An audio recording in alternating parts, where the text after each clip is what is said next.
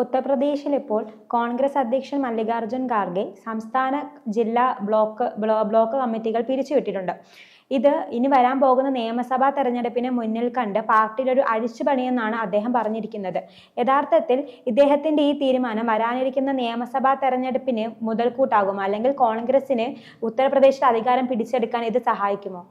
കോൺഗ്രസിനുള്ള ശക്തിയുള്ള കേന്ദ്രങ്ങളിൽ പോലും കോൺഗ്രസിന് അധികാരത്തിൽ വരാൻ കഴിയുന്നില്ല. ഹരിയാനയിലായാലും അതോടൊപ്പം തന്നെ ഇപ്പോൾ കഴിഞ്ഞ മഹാരാഷ്ട്രയിലെല്ലാം എന്തായാലും കോൺഗ്രസിന് നേരിട്ട് മത്സരിക്കുന്ന ഒരിടത്തും കോൺഗ്രസിന് ഇപ്പോൾ വലിയ മുന്നേറ്റം ഉണ്ടാക്കാൻ കഴിയുന്നില്ല. ഇപ്പോൾ കോൺഗ്രസ് വിജയിക്കുന്നത് ഏതെങ്കിലും സഖ്യകക്ഷികളുമായി കൂട്ടുചേർന്നാണ്.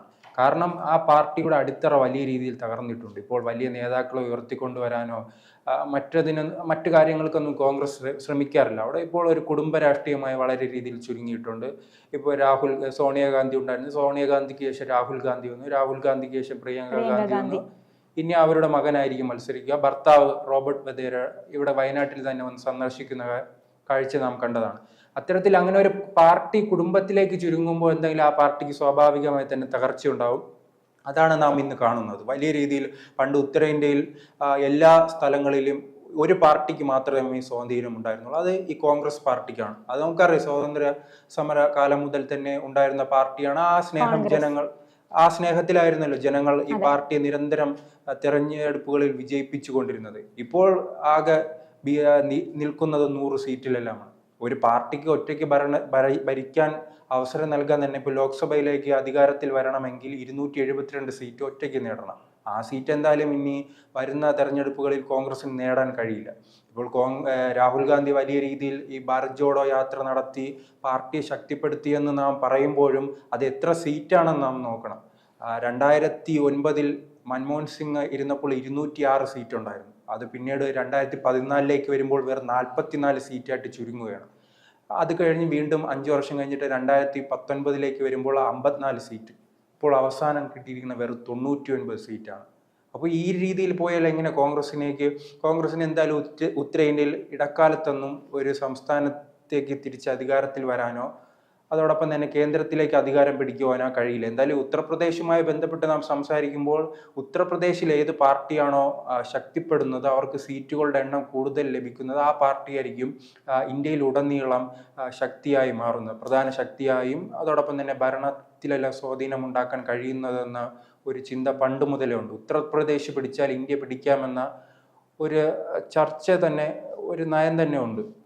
ആ രീതിയിൽ നാം കണ്ടിട്ടുണ്ട്. 2014 2019 ഇപ്പോഴായാലും BJPക്ക് അവിടെ സീറ്റ് നേടാൻ കഴിയുന്നുണ്ട്. 2019 14 എല്ലാം 60 മുകളിലാണ്. ഇപ്പോൾ അത് 35-30 ഇടയ്ക്ക് നിൽക്കുന്ന ഒരവസ്ഥയുണ്ടായി.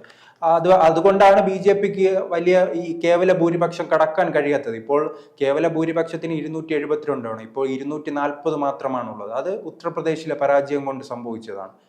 പക്ഷേ ഈ കോൺഗ്രസിനെ സംബന്ധിച്ചിടത്തോളം ഇപ്പോൾ ഈ കമ്മിറ്റികളെല്ലാം പിരിച്ചുവിട്ടിട്ടുണ്ട്. അവർ 2 കാര്യങ്ങളാണ് ചൂണ്ടിക്കാട്ടുന്നത്. 2024 തെരഞ്ഞെടുപ്പിലും അതോടൊപ്പം തന്നെ അന്ന് 2022 നിയമസഭാ തെരഞ്ഞെടുപ്പ് നടന്നിരുന്നു. അന്ന് കോൺഗ്രസിന് 1 സീറ്റ് പോലും ലഭിച്ചിട്ടില്ല. കാരണം നാം അത് ചിന്തിക്കണം, അവിടെ പണ്ട് ഒറ്റയ്ക്ക് 300-350 സീറ്റ് വാങ്ങി അധികാരത്തിലിരുന്ന പാർട്ടിയാണ് ഇപ്പോൾ വെറും 0 എത്തിയിരിക്കുന്നത്. ഇക്കഴിഞ്ഞ ലോക്സഭാ തെരഞ്ഞെടുപ്പിലും അവിടെ SP അഖിലേഷ് യാദവിന്റെ നേതൃത്വത്തിൽ വലിയ മുന്നേറ്റം ഉണ്ടാക്കിയിരുന്നു. അപ്പോൾ അവരുടെ കൂടെ ഘടകകക്ഷിയായിട്ടാണ് കോൺഗ്രസ് മത്സരിച്ചത്. അപ്പോൾ അവർക്ക് 7 സീറ്റ് ലഭിച്ചിട്ടുണ്ട്. മറു സൈഡിൽ 30 സീറ്റും ലഭിച്ചിട്ടുണ്ട്. അഖിലേഷ് യാദവാണ് അവിടുത്തെ ഏറ്റവും ഇപ്പോൾ ജനകീയനായ ഒരു നേതാവായി മാറിക്കഴിഞ്ഞിരിക്കുന്നത്. അങ്ങനെ അദ്ദേഹത്തിന്റെ തണലിൽ കോൺഗ്രസിന് കുറച്ച് സീറ്റ് കിട്ടി. അപ്പോൾ ആ സീറ്റ് കണ്ടുകൊണ്ട് ഇനി എന്തായാലും അടുത്ത് വരുന്ന 2027 നിയമസഭാ തെരഞ്ഞെടുപ്പിലേക്ക് പോവുകയാണെങ്കിൽ എന്തായാലും വലിയ പ്രതീക്ഷയൊന്നുമില്ല. അവിടെ ഇപ്പോൾ മത്സരം BJPയും SP തമ്മിലുള്ള നേരിട്ടുള്ള മത്സരമാണ്. നാം കേരളത്തിൽ കണ്ടിട്ടുണ്ടല്ലോ. കോൺഗ്രസും LDF UDFും തമ്മിലുള്ള നേരിട്ടുള്ള ഒരു മത്സരമാണ് നടക്കുന്നത്. അതിന് സമാനമായ രീതിയാണ് ഇപ്പോൾ BJP ഉത്തർപ്രദേശ് മാറിയിട്ടുണ്ട്. പണ്ട് അവിടെ BSP ആയിരുന്നു. BSPയും SP മായാവതിയുടെ പാർട്ടിയും അഖിലേഷ് യാദവിന്റെ പാർട്ടി മുലായം സിംഗ് ആയിരുന്നു അത് മുൻപുണ്ടായിരുന്നു. അപ്പോൾ ആ പാർട്ടികൾ BSPയും SPയും തമ്മിലുള്ള മത്സരം മാറി BSP വലിയ രീതിയിൽ തകരുന്ന സാഹചര്യം ഉണ്ടായിരുന്നു. ഇപ്പോൾ BJPയും SPയും തമ്മിലുള്ള മത്സരം നടക്കുമ്പോൾ അവിടെ കോൺഗ്രസിന് വലിയ റോളൊന്നുമില്ല. പിന്നെ എന്തുകൊണ്ടാണ് ഇത്തരം ഒരു തീരുമാനത്തിൽ എത്തിയതെന്ന് കണ്ട് മനസ്സിലാക്കേണ്ടിയിരിക്കുന്നു. പക്ഷേ ഇത് കോൺഗ്രസ് എല്ലാ സംസ്ഥാനങ്ങളിലും ഇപ്പോൾ ഇത് നടപ്പിലാക്കി തുടങ്ങിയിട്ടുണ്ട്. ഹിമാചൽ പ്രദേശിലായാലും ഇപ്പോൾ ഉത്തർപ്രദേശിലായി, ഇനി ഹരിയാനയിലും മഹാരാഷ്ട്രയിലും ഇത്തരം ഒരു രീതിയിലേക്ക് പോകുമെന്നും ചർച്ച വരുന്നു. കാരണം ഈ ഹരിയാനയിൽ അവർ അധികാര സ്വപ്നം കണ്ടിരുന്നവരാണല്ലോ. കാരണം എല്ലാവരും വിചാരിച്ചിരുന്നു കോൺഗ്രസ് ആയിരുന്നു അടുത്ത തെരഞ്ഞെടുപ്പിൽ അധികാരത്തിൽ വരുമെന്ന്. കാരണം ഈ കേരളത്തിന് സമാനമായ ഒരു സാഹചര്യമാണ്. 5 വർഷം ഒരിക്കൽ ഭരണം മാറുന്ന ഒരു പ്രദേശമായിരുന്നു, സംസ്ഥാനമായിരുന്നു ഹരിയാന. കോൺഗ്രസ് മുൻപ് 15 കൊല്ലം ഭരിച്ചിരുന്നു. അതിനുശേഷം BJP കടന്നു വരികയാണ്. കടന്നു വന്നതിന് ശേഷം ഇപ്പോൾ നമുക്കറിയാം ഹരിയാനയായിരുന്നു പല സമരങ്ങളുടെയും കേന്ദ്രബിന്ദു. കർഷക സമരമായാലും ഗുസ്തി താരങ്ങളുടെ സമരമായാലും പിന്നെ കർഷകരുടെ പല പ്രശ്നങ്ങളുമായി എല്ലാം ബന്ധപ്പെട്ട് വലിയ പ്രക്ഷോഭങ്ങളുടെ കേന്ദ്രമായിരുന്നു ഹരിയാന. അപ്പോൾ ഈ ഹരിയാനയിൽ BJPക്കെതിരെ വലിയ ഭരണവിരുദ്ധ വികാരം ഉണ്ടായിരുന്നു. അപ്പോൾ അത് മുതലെടുക്കാൻ എന്തായാലും കോൺഗ്രസിന് കഴിഞ്ഞില്ല. അവർ ഈ തമ്മിലടിയാണ്. എന്തായാലും ഞങ്ങൾ അധികാരത്തിൽ വരുമല്ലോ, അപ്പോൾ മുഖ്യമന്ത്രി കസേരയ്ക്ക് വേണ്ടിയുള്ള തമ്മിലടിയിൽ ഈ സീറ്റുകൾ ജയിക്കുന്ന കാര്യം മറന്നുപോകും. അങ്ങനെയായിരുന്നു ഹരിയാനയിൽ സംഭവിച്ചത്, മഹാരാഷ്ട്രയിൽ സംഭവിച്ചു.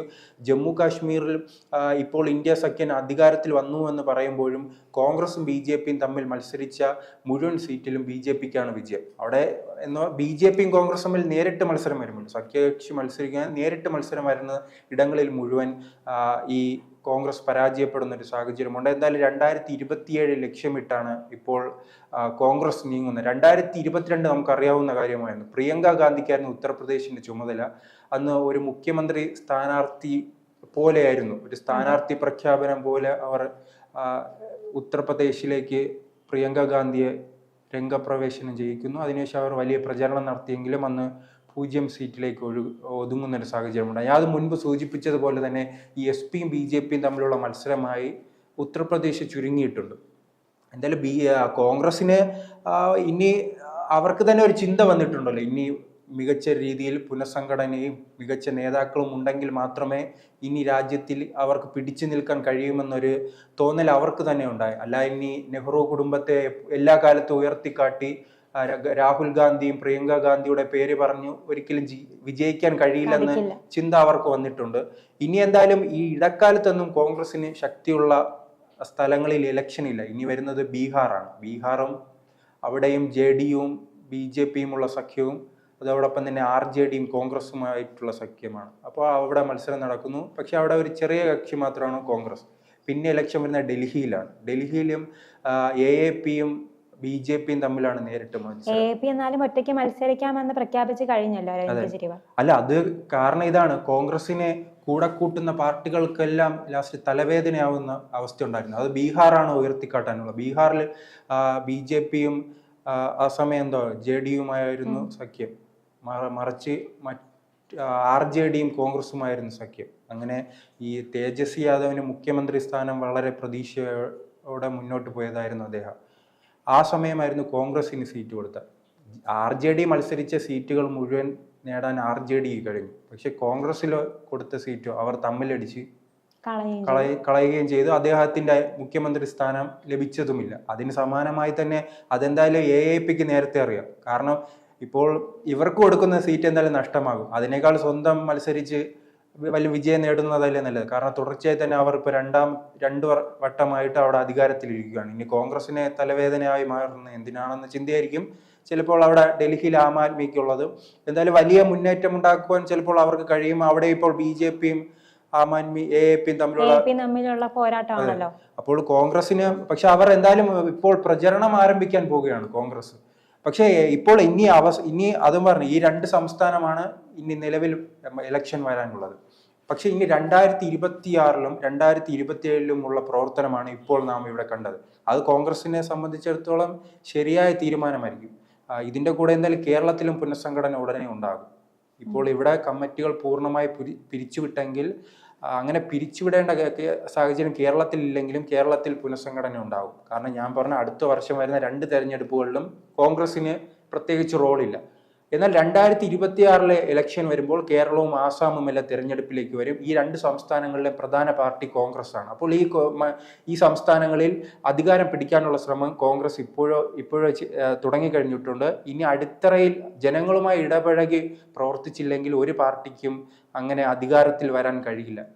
മുൻപത്തെ പോലെയല്ലോ, നമ്മൾ നേതാക്കളെ നോക്കിയായിരുന്നു മുൻപെല്ലാം വോട്ട് ചെയ്തത്. ഇപ്പോൾ വികസനവും അതോടൊപ്പം തന്നെ എഡ്യൂക്കേഷനുള്ള നേതാക്കളെ നോക്കി വോട്ട് ചെയ്യുന്ന പുതിയൊരു തലമുറ വന്നിട്ടുണ്ട്. പണ്ടായിരുന്നു എല്ലാം പാർട്ടി നോക്കിയാണ്, അതെ, പാർട്ടി നോക്കി ഞാൻ കമ്മ്യൂണിസ്റ്റ് ആണെങ്കിൽ കമ്മ്യൂണിസ്റ്റിന് വോട്ട് ചെയ്യും, കോൺഗ്രസ് ആണെങ്കിൽ കോൺഗ്രസിന് വോട്ട് ചെയ്യും, അതെ BJPക്ക് വോട്ട് ചെയ്യുമെന്ന ചിന്തയായിരുന്നു. ഇപ്പോൾ അങ്ങനെയല്ല. എന്താണ് ജനങ്ങൾക്ക് ഉപകാരപ്പെടുന്നത് അത് ചെയ്യുന്ന നേതാക്കളെ വിജയിപ്പിക്കുവാനുള്ള ശ്രമമാണ് ജനങ്ങൾ നടത്തിക്കൊണ്ടിരിക്കുന്നത്. ഇതെന്തായാലും കോൺഗ്രസ് തിരിച്ചറിയണം.